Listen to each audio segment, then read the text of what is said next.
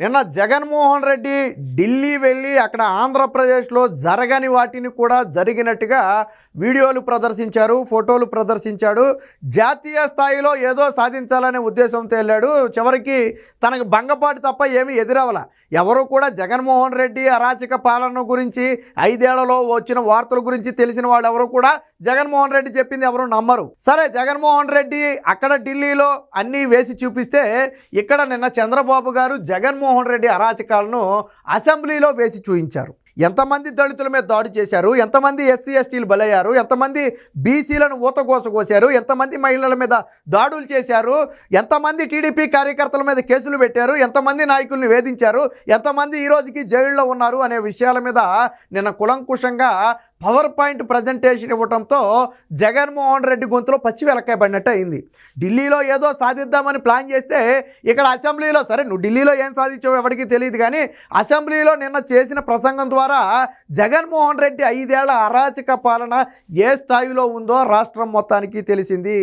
ప్రజలందరూ కూడా నిన్న ఆ వీడియో చూసిన తర్వాత ఒకటే అనుకున్నారు, బ్రతికి దేవుడు ఎలాగో మనల్ని అందరినీ బ్రతికించాలి కాబట్టి జగన్మోహన్ రెడ్డిని ఓడించాడు, కానీ నిజంగా మళ్ళీ జగన్మోహన్ రెడ్డి అనే వ్యక్తి గెలిస్తే అమ్మో ఊహించుకోవడానికే భయంగా ఉంది అనే స్థాయిలో జగన్మోహన్ రెడ్డి అరాచకాలు చేశాడు. విచిత్రం ఏంటంటే చేసిన అరాచకాలను బయటికి రాకుండా జగన్మోహన్ రెడ్డి కప్పిపుచ్చుకున్నాడు. వాస్తవానికి సరే ఎంత కప్పిపుచ్చినా జరిగిన దాడులు అనేవి ప్రజలకు తెలియకుండా ఉండదు. ఈ రోజులో సోషల్ మీడియా కానివ్వండి, మీడియా కానివ్వండి ఎంత యాక్టివ్గా ఉన్నాయో తెలుసు. సరే, తన బలాన్ని ఉపయోగించి కేసులు పెట్టి సోషల్ మీడియాలో కానివ్వండి, మీడియాలో కానివ్వండి కథనాలు పెడితే వాళ్ళకి నోటీసులు ఇచ్చి కేసులు పెట్టినప్పటికీ కూడా జరిగిన ఘటన అయితే ఎవరూ మర్చిపోరు కదా. ఒక అబ్దుల్ సలాం లాంటి ఒక కుటుంబం ఏకంగా జగన్మోహన్ రెడ్డి బాధితులు కుటుంబం ఆత్మహత్య చేసుకున్న పరిస్థితి. ఒక దళిత డ్రైవర్ సుబ్రహ్మణ్యాన్ని అనంతబాబు చంపి డోర్ డెలివరీ చేస్తాడు. వరప్రసాద్ అనే వ్యక్తిని శిరోమండనం చేస్తారు. డాక్టర్ అనితారాణినేమో చెప్పలేదని వేధిస్తారు. మాజీ జడ్జి రామకృష్ణన్ను వేధిస్తారు. మాస్క్ అడిగిన పాపకి డాక్టర్ సుధాకర్ మీద పిచ్చివాడు ముద్రేసి చంపేస్తారు. వైసీపీ నేతలు మహిళల మీద ఎన్ని ఆకృత్యాలు చేశారు, వాళ్ళ మీద ఎక్కడైనా కేసులు నమోదయ్యాయా? సో నిన్న వీటన్నిటికీ కూడా చంద్రబాబు గారు అసెంబ్లీలో సమాధానం చెప్పడం జరిగింది. ఎమర్జెన్సీని మించిన అరాచకం. సాధారణంగా ఎమర్జెన్సీ అంటే ఏ స్థాయిలో ఉంటుందో మనందరికీ తెలుసు. ఎమర్జెన్సీ అంటే మనం భయపడే పరిస్థితి. అంతకు మించినటువంటి పరిస్థితులు గత 5 ఏళ్లలో ఉన్నాయి. అంతకు మించినటువంటి అరాచకం గతంలో జరిగింది. వాస్తవానికి 5 ఏళ్ల పాటు ఎమర్జెన్సీయే విధించాలి రాష్ట్రంలో. అంత దారుణమైన దాడులు జరిగాయి. అధికారులు కూడా వత్తాసు పలికారు. గతంలో ప్రతిపక్షంలో ఉన్నటువంటి తెలుగుదేశం పార్టీ మీద దాడి చేస్తే మళ్ళీ వాళ్ళ మీదే కేసులు తిరిగి దాడి చేసిన వాడు దర్జాగా తిరిగేవాడు. టీడీపీ పార్టీ ఆఫీస్ మీద దాడి చేస్తే ఈ రోజుకి చర్యలు తీసుకోవాలా, మళ్ళీ ప్రభుత్వం మారిన తర్వాత అరెస్టులు మొదలయ్యాయి. సో 1 కాదు 2 కాదు, ఇలా చెప్పుకుంటూ పోతే రాష్ట్రంలో సాగినటువంటి అరాచకాలు కోకొల్లలుగా ఉన్నాయి. ఎమర్జెన్సీని మించిన అరాచకం. వైకాపా పాలనలో అందరూ బాధలు పడ్డవారే. పోలీసులను అడ్డం పెట్టుకుని అన్ని వ్యవస్థలపైన దాడులు చేశారు. నేరస్తుడు ముఖ్యమంత్రి అయితే ఎలా ఉంటుందో చూశాం. శాసనసభలో ధ్వజమెత్తిన చంద్రబాబు జగన్ పాలనలో క్షీణించిన శాంతి భద్రతలపై శ్వేతపత్రం, నిన్న ఒక శ్వేతపత్రం విడుదల చేశారు. అంటే ఎంతమంది మీద దాడులు చేశారు, ఎంతమందిని హత్యలు చేశారు, ఎవరెవరి మీద ఇబ్బందులు పెట్టారనే దాని మీద నిన్న ఒక శ్వేతపత్రం అయితే విడుదల చేయడం జరిగింది. సో బాధితులపై తప్పుడు కేసులు పెట్టిన అధికారులను శిక్షిస్తాం, అమరావతి రైతులపై పెట్టిన కేసులు సమీక్షిస్తాం, సిపిఎస్ ఉద్యోగులపై కేసులు ఎత్తివేస్తాం. సో అమరావతి రైతుల కేసులు అలాగే సిపిఎస్ ఉద్యోగుల కేసులు ఈ రెండు కూడా ఖచ్చితంగా ఎత్తేసే కేసులే. అయితే అమరావతి మీద రైతుల మీద పెట్టిన కేసులను ఒకసారి పరిశీలిస్తామని చెప్పారు. బట్ సిపిఎస్ ఉద్యోగులు ఎవరైతే నాడు జగన్మోహన్ రెడ్డి ప్రభుత్వానికి వ్యతిరేకంగా ఉద్యమం చేస్తే వారి మీద కేసులు పెట్టారు, ఆ కేసులను మాత్రం తక్షణమే ఎత్తివేస్తామని చెప్పి చంద్రబాబు గారు అయితే ఒక హామీ అయితే ఇవ్వడం జరిగింది. సో ఇక్కడ చూడండి, నిన్న ఏదైతే అబ్దుల్ సలాం కుటుంబం ఉందో ఆ కుటుంబం ఆత్మహత్య చేసుకున్న ఘటనను నిన్న అసెంబ్లీలో పవర్ పాయింట్ ప్రజెంటేషన్ ద్వారా చూపించడం జరిగింది. ఇక జగన్ని మాదక ద్రవ్యాల చీకటి సామ్రాజ్యానికి అధిపతి అయినటువంటి ఎస్కోబార్తో అయితే నిన్న చంద్రబాబు గారు పోల్చడం జరిగింది. కేవలం డబ్బు పిచ్చి ఉన్న వాళ్ళే రాష్ట్రంలో ఇలాంటి అరాచకాలు చేస్తారు. బీసీలను ఊతకోసకోశారు, మహిళల మీద దాడులు చేశారు, ప్రశ్నించిన వారిని అడ్డంగా నరికేశారు, తోటా చంద్రయ్య అనే వ్యక్తిని నడి రోడ్డు మీద పేగొచ్చి చంపేశారు, జై జగన్ అనలేదని చెప్పి.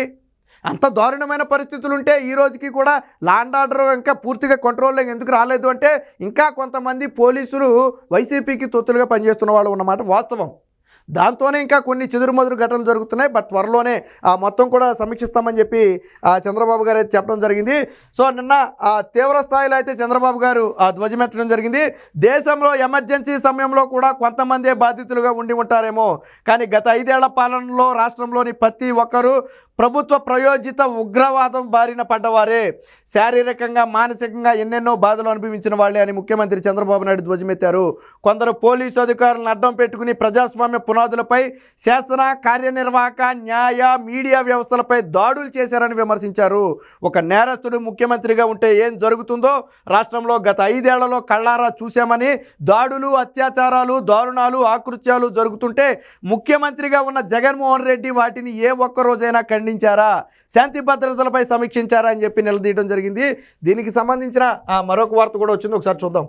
సో ఇక్కడ చూడొచ్చు, గతంలో అమరావతి రైతుల్ని ఏ విధంగా వెంటాడి వేధించారో మనం గతంలో చూడొచ్చు. జగన్మోహన్ రెడ్డి చేసిన అరాచకాలకి ఇవన్నీ కూడా ఏంటంటే చిన్న చిన్న ఉదాహరణలు. ఇలా చెప్పుకోవాలంటే చాలా ఉంటాయి, మనం ఒక రోజంతా వేసినా కానీ సరిపోవు, అన్ని ఉదాహరణలు ఉంటాయి. సో కరోనా సమయంలో డాక్టర్ సుధాకర్ని ఏ విధంగా వేధించారు అనేది చెప్పేది ఇది. అలాగే తెలుగుదేశం పార్టీ కార్యాలయం మీద దాడి చేసినప్పుడు ఏం జరిగిందనేది చెప్పారు. చంద్రబాబు గారే చెప్పారు, నా మీద బాబ్లీ అప్పుడు ఒక ప్రాజెక్టు కేసు మాత్రమే ఉంది, ఉమ్మడి ఆంధ్రప్రదేశ్లో ఉన్నప్పుడు ఏ కేసులు లేవు, కానీ జగన్మోహన్ రెడ్డి 5 ఏళ్లలో 17 కేసులు నా మీదే పెట్టారు. ప్రతిపక్ష పార్టీ నేతగా ఉన్న 14 సంవత్సరాలు ముఖ్యమంత్రిగా ఉన్న నా మీద 17 కేసులు పెట్టారు, అన్నీ కూడా అక్రమ కేసులే. అలాంటిది ఇంకా సాధారణ ప్రజల పరిస్థితి ఏంటి, నా పరిస్థితి ఎంత దారుణంగా ఉంటే సాధారణ ప్రజల పరిస్థితి ఏంటి అని ఆయన అయితే ఆవేదన అయితే వ్యక్తం చేశారు. నాపై దాడి భావ ప్రకటన స్వేచ్ఛ. అప్పుడు జోగి రమేష్ నా ఇంటిపై కర్రలతో దాడి చేయడానికి వచ్చారు. జోలగంటి బ్రహ్మారెడ్డి నివాసం, పార్టీ కార్యాలయంపై దాడి చేశారు.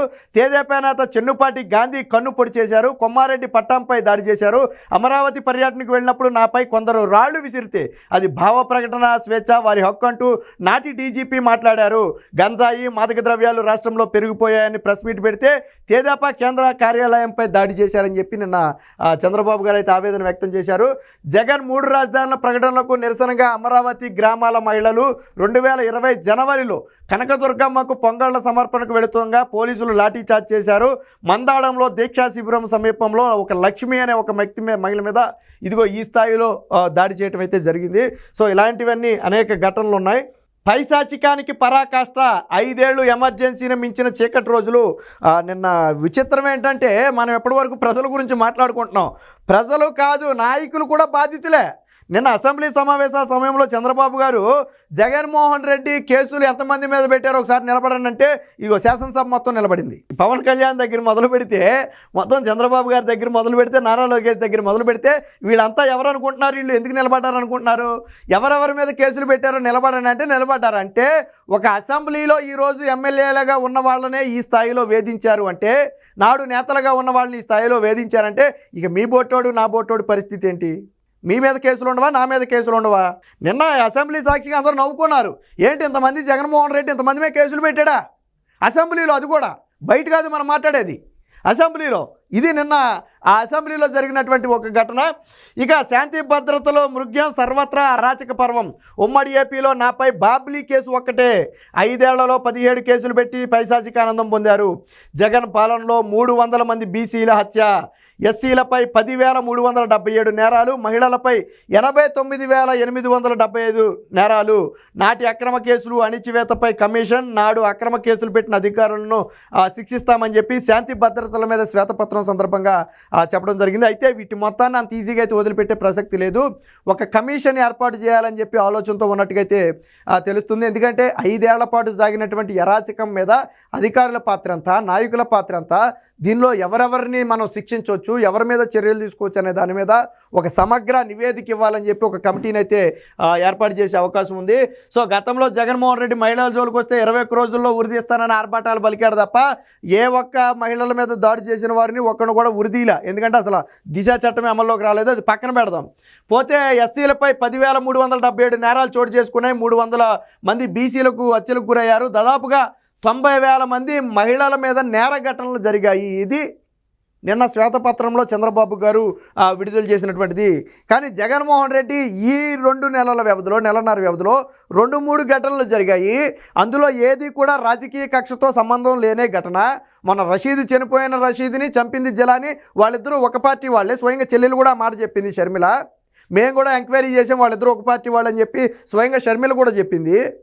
కానీ దాన్ని కూడా నువ్వు ఢిల్లీలో చంద్రబాబు నాయుడు లేకపోతే టీడీపీ నేతలు చేసినటువంటి దాడిగా ప్రచారం చేశావు. కానీ ఇవన్నీ కూడా ప్యూర్గా నువ్వు చేసినటువంటి దారులు. రాష్ట్రంలో ఎమర్జెన్సీని మించిన పాలన ఏ విధంగా సాగిందో నిన్న చంద్రబాబు గారి పాయింట్ ప్రజెంటేషన్ ద్వారా తెలిసింది. ఒకటి మాత్రం నిజం, ఎవరైతే అధికారాన్ని అడ్డం పెట్టుకుని అక్రమ కేసులు పెట్టి తప్పుడు దారిలో వేధింపులకు గురి చేశారో వారి మీద కఠిన చర్యలు తీసుకుంటాం, ఆ అధికారులను శిక్షిస్తామని చెప్పి చంద్రబాబు గారు చాలా స్పష్టంగా చెప్పారు.